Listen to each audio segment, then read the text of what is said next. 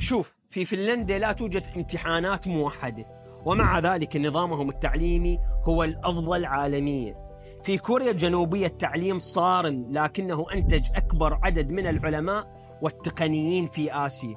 أما في العراق فما زلنا ندرس بمناهج تعود للسبعينات، والبنية التحتية للمدارس منهارة. هل المشكلة في التمويل؟ لا، المشكلة في الإدارة والفساد وهدر الأموال على مشاريع وهمية بدلاً من تحديث المناهج والاستثمار في المعلمين.